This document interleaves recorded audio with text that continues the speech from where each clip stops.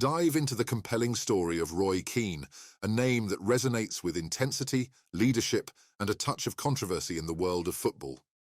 In today's video, he breaks silence on the problems with him and Manchester United. Roy Keane's journey from the streets of Cork to the top of international football is a tale of determination and an unwavering passion for the game. Born on the 10th of August 1971 into a working-class family in Ballinderry Park, a suburb of Cork, Keane's early life was rooted in a community where football was not just a sport but a way of life. His father, Maurice, a man of resilience and hard work, juggled multiple jobs to support the family, instilling in Roy the values of perseverance and dedication from a young age. From the tender age of 9, Keane demonstrated a competitive spirit and a penchant for sports, engaging in boxing and shining in the ring with an unbeaten record in his novice league bouts. However, it was on the football pitch where his true potential began to unfold. Playing for Rockmount, Keane's talent was undeniable, earning him the Player of the Year accolade in his debut season. Despite his evident skill and promise, opportunities to trial with English clubs eluded him, a setback that only fueled his ambition further. As a youngster, Keane's allegiance lay with Celtic and Tottenham Hotspur, idolising players like Liam Brady and Glenn Hoddle. Yet it was Manchester United's Brian Robson who would later capture his admiration and influence his playing style. This early admiration for footballing greats, combined with his family's sporting ethos and his own competitive nature, laid the groundwork for Keane's ascent in football. Roy Keane's path to football prominence was marked with challenges, beginning with early setbacks that only fueled his determination. Initially overlooked for the Ireland schoolboys squad for being just too small, Keane faced rejection not just nationally, but also from English clubs during his trial applications. Despite these disappointments, he didn't give up. Taking up manual jobs, Keane's breakthrough came when he joined Cobh Ramblers, a semi-professional Irish club, where his talent quickly became undeniable. His commitment and skill on the field for both the youth and senior teams showcased a football star, culminating in 29 appearances and notable goals that signalled his potential. Keane's senior debut for Cobh against Kilkenny City, although a loss, marked the beginning of his ascent in professional football. His performances, particularly in an FAI Youth Cup match, caught the eye of Nottingham Forest's scout, leading to a trial and subsequent £47,000 transfer to the English club in 1990. Under the guidance of Brian Clough at Forest, Keane's philosophy was simple yet effective: pass and move. This approach, coupled with Clough's faith in him, saw Keane overcome homesickness and adapt to life in Nottingham, earning regular starts and scoring his first professional goal against Sheffield United. Keane's growth at Forest was rapid, his prowess on the field helping the team reach the FA Cup final in 1991 and the Football League Cup final the following year. Despite these achievements, Forest faced relegation and Keane's future became a topic of intense speculation. A potential move to Blackburn Rovers was thwarted by a paperwork error, a twist of fate that led Alex Ferguson to seize the opportunity to sign Keane for Manchester United for a then British transfer record of £3.75 million. This move not only changed the trajectory of Keane's career, but also marked the beginning of an era of dominance for Manchester United, with Keane at its heart. At Manchester United, Roy Keane's journey from a promising player to a legendary captain encapsulates a period of unparalleled success and personal growth. Despite the record transfer fee that brought him to United, Keane faced the daunting task of securing a place in a midfield already boasting the talents of Paul Ince and Brian Robson. However, Robson's injuries and the twilight of his career opened the door for Keane, who seized the opportunity to shine, notably scoring twice in his home debut and securing a dramatic win in the Manchester Derby. Keane quickly became indispensable to the team, his first season culminating in a Premier League title and a victory in the FA Cup final, achieving the club's first double.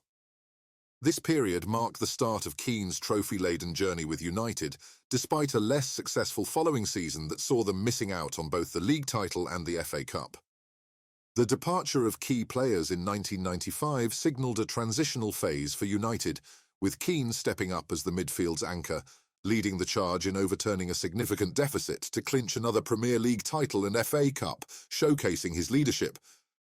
Injuries and suspensions marred Keane's contributions in subsequent seasons, yet his leadership was never more evident than in the 1998-99 season. Assuming captaincy after Eric Cantona's retirement, Keane's influence was pivotal, none more so than in the Champions League semi-final against Juventus, where his heroic performance underscored his commitment and passion for the game, even as a suspension barred him from the final. Keane's tenure as captain saw United dominate English football, with his leadership extending beyond the pitch.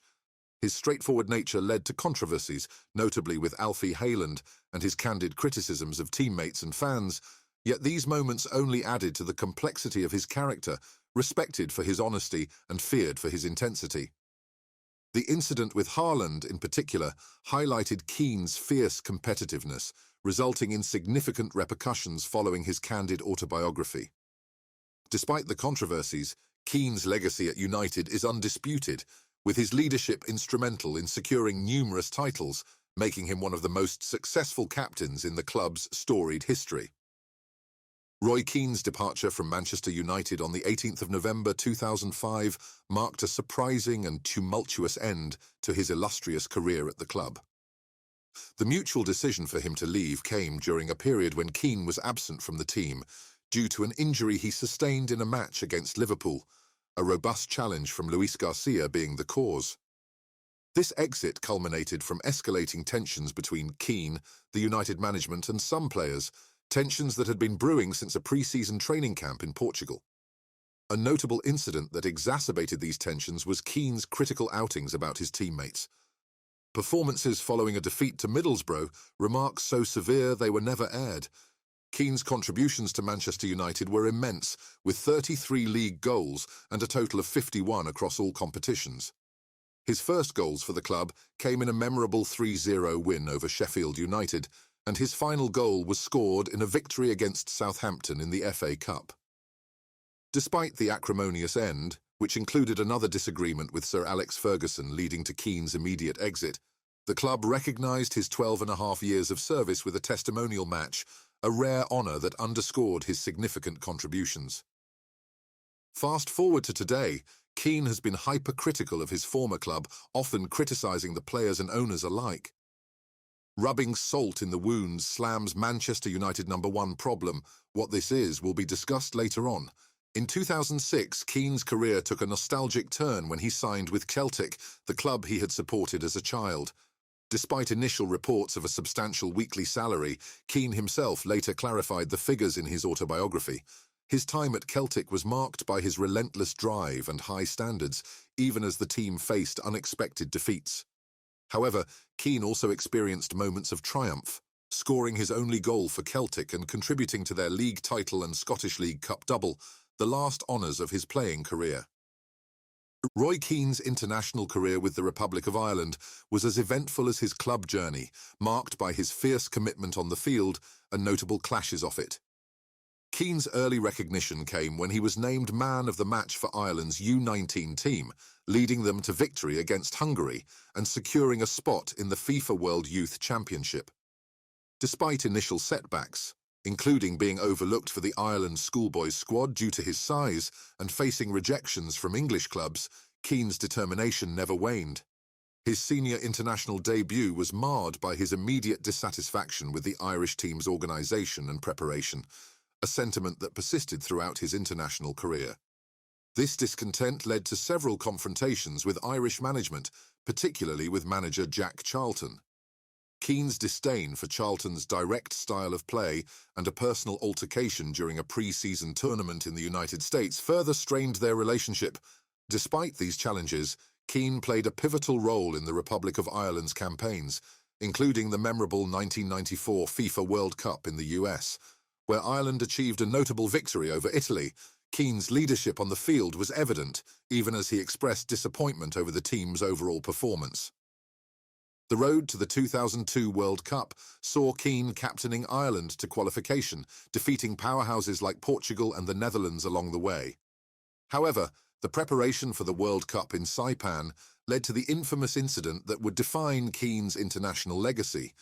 Dissatisfied with the training facilities and the team's preparation, Keane's frustrations boiled over. resulting in a heated exchange with manager Mick McCarthy. Keane's refusal to compromise on his standards and his subsequent dismissal from the squad overshadowed his contributions to the team and sparked a national debate. Keane's retirement from professional football in June 2006, advised due to medical reasons, prompted a wave of accolades from the football community, including Sir Alex Ferguson, who anticipated Keane's inclusion in all-time greatest teams. This transition from a fiery, controversial figure at Manchester United to his brief but impactful stint at Celtic and ultimately to his retirement.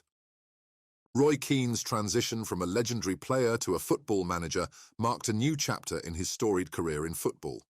After hanging up his boots, Keane took the helm at Sunderland in August 2006, with the club languishing at the bottom of the Championship.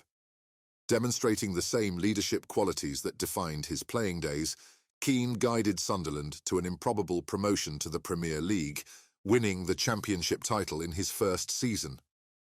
This remarkable achievement not only underlined Keane's potential as a manager, but also showcased his ability to inspire and drive a team to success against the odds. Keane's tenure at Sunderland, however, was a rollercoaster, reflecting his intense and demanding approach. Despite securing Sunderland's Premier League status in the 2007 to 2008 season, challenges in the top flight and disagreements with the club's ownership led to Keane's departure in December 2008. His uncompromising standards and confrontational style were evident throughout his time at Sunderland, aspects of his character that both propelled the team forward and led to eventual friction. In April 2009, Keane returned to management with Ipswich Town in the Championship, where he faced the task of reviving the fortunes of another historic club. Despite high expectations, success proved elusive, with Ipswich struggling to mount a serious promotion challenge under his leadership. Keane's tenure at Ipswich ended in January 2011, after which he took on roles as an assistant manager for the Republic of Ireland national team, Aston Villa and Nottingham Forest, providing valuable experience and insights, albeit with varying degrees of success. Now that Roy Keane is back at Manchester United, he thinks the scouting system should get a big upgrade. The current players don't match the standards, and most of them are not worthy of the legacy of the club. They are super inconsistent and the goal scorers lack talent. Throughout his managerial career, Keane's passion for the game, commitment to high standards and distinctive leadership style have remained constant. While his managerial journey has had its ups and downs, it has contributed significantly to his comprehensive understanding of football at every level. Keane's experiences as a manager, combined with his storied playing career, have solidified his status as one of football's most fascinating and complex figures, whose impact on the game continues to be felt in various capacities. Roy Keane, known for his intense privacy, has kept much of his personal life away from the public eye. He is married to Teresa Doyle, and together they have 5 children. The couple has managed to maintain a low profile, prioritizing their family's privacy despite Keane's high-profile career in football, both as a player and as a manager. If you liked today's video, make sure to leave a like and subscribe to the channel.